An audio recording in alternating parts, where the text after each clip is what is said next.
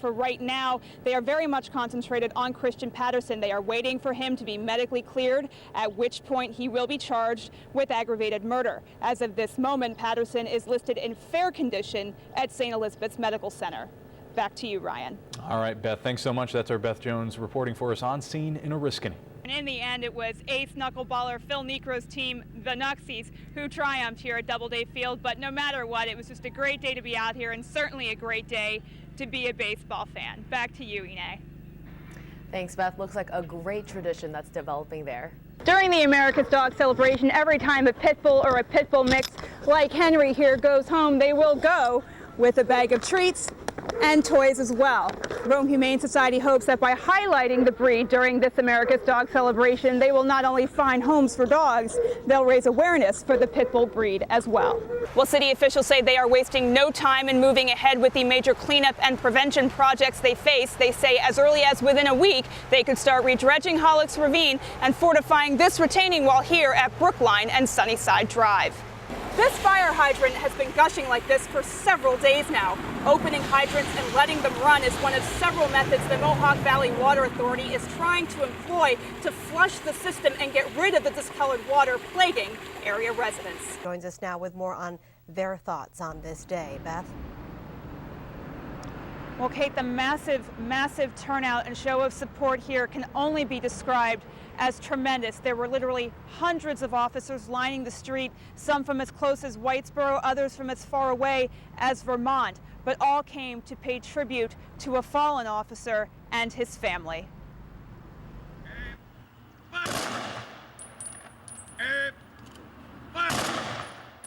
A 21-gun salute pierced the air outside the Utica Memorial Auditorium as hundreds of police officers stood shoulder to shoulder in tribute to fallen Oneida County Sheriff's Deputy Kurt Wyman. The day's tribute began much earlier, though, as those hundreds of police officers journeyed from departments across the state and beyond, finding strength in numbers as they gathered together. It's comforting to know that, you had so many people there. It doesn't matter where you work, we don't know one another, but we all do the same job. And it's nice to know that there's support like that. One word seemed to be used more than any other to describe the reason for the tremendous showing of support: brotherhood.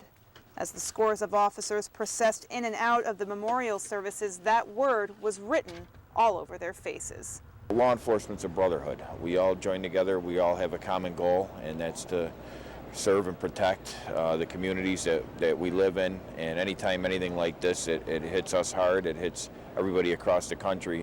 That solidarity, they say, is what sustains them and will move them forward despite their grief over their fallen brother. You have to forge on, you have to continue on and continue to do your work every day and go out there and do what the community that we serve expects from us. You cannot let a sacrifice like this go in vain.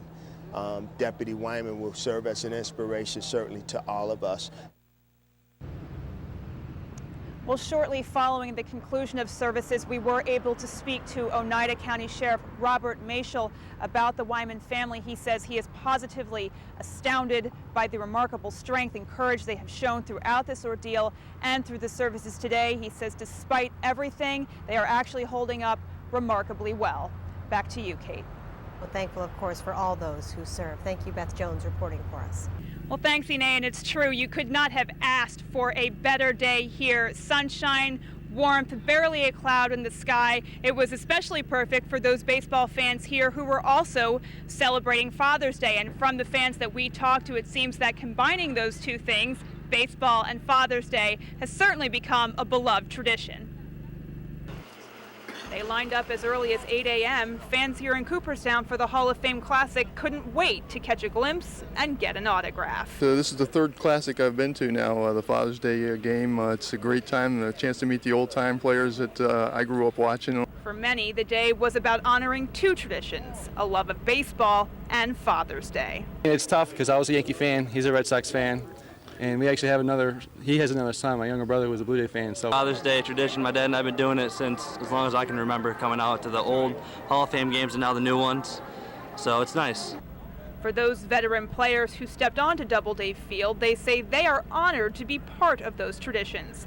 For them, too, it all started with a love of the game. You know, some of the experiences and memories that I have as a youth rival those when I played in the major leagues. And in the end, they say after long careers they could have only dreamed of when they were little, now it's all about the fans. Majority of the guys here are probably 50 plus. You're not going to find too many 50 plus guys playing no baseball anymore. So who is it for? It's not for us, because everyone here, we got Flexol, we got hot. Andre got Tylenol, Advil, so we know these not for. It's for the fans. Believe me, it's Baseball is keeps us young, and it's a young kid's game. It's a kid's game, and some of us never grow up. So this is a very special day again to be here with families and very family oriented, and on Father's Day, how much better does it get?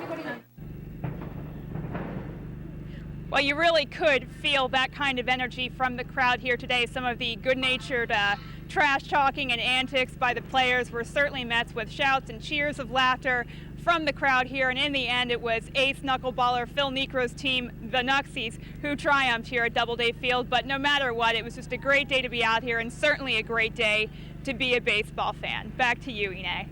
It was just under 2 years ago that Plaxico Burress seemed to have it all. He'd caught the winning touchdown in the Super Bowl the year before, and his career was surging forward.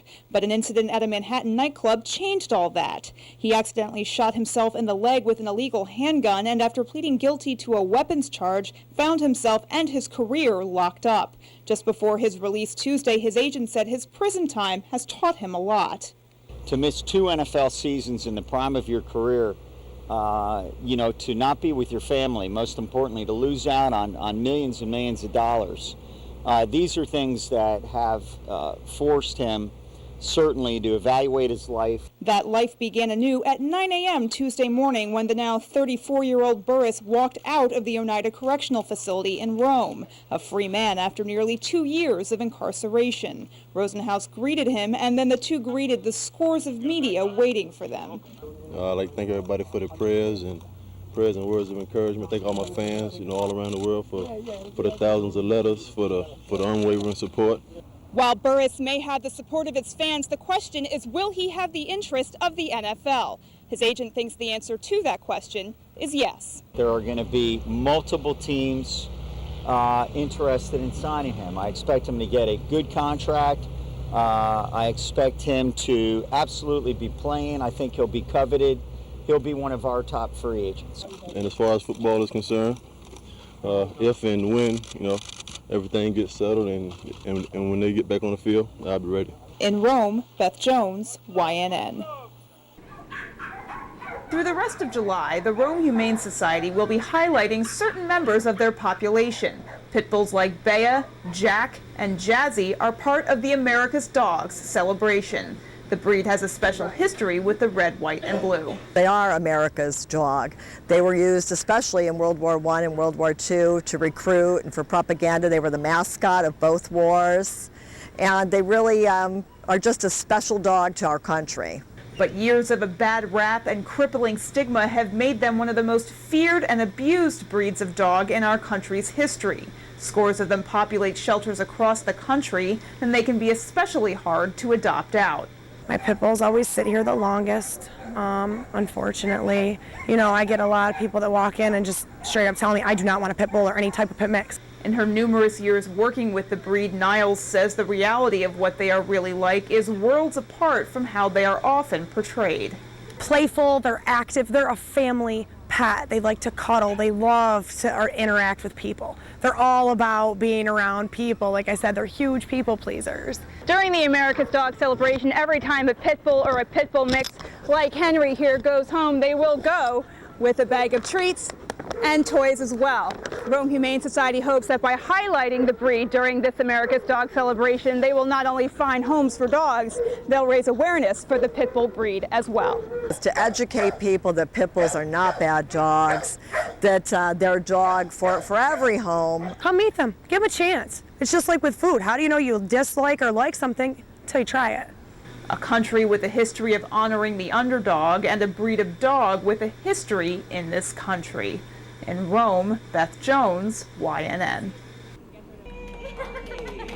From the moment the doors opened, Fenoli fever was in the air. You can feel the energy. I think that sounds corny, but we really can. So much enthusiasm, great crowd, people really just delighted to be here. Before he wowed the crowd, Fenoli was wowed himself with a private tour of the 50 dresses of the Wedded Perfection exhibit. He said they showed an inspirational connection between brides past and present, and that no matter what the generation, the wedding dress is the most iconic aspect of a wedding because of what it symbolizes. The wedding dress is really a symbol of a girl becoming a woman, starting a new family unit, and it's really at that time in her life where she's probably almost at her most beautiful, just two people bonding with love. I think that's really, what it means. Finally, the big moment arrived. In a special fashion show, models took to the runway donning dresses from local bridal shops. Fenoli brought his signature charisma and expertise to each look,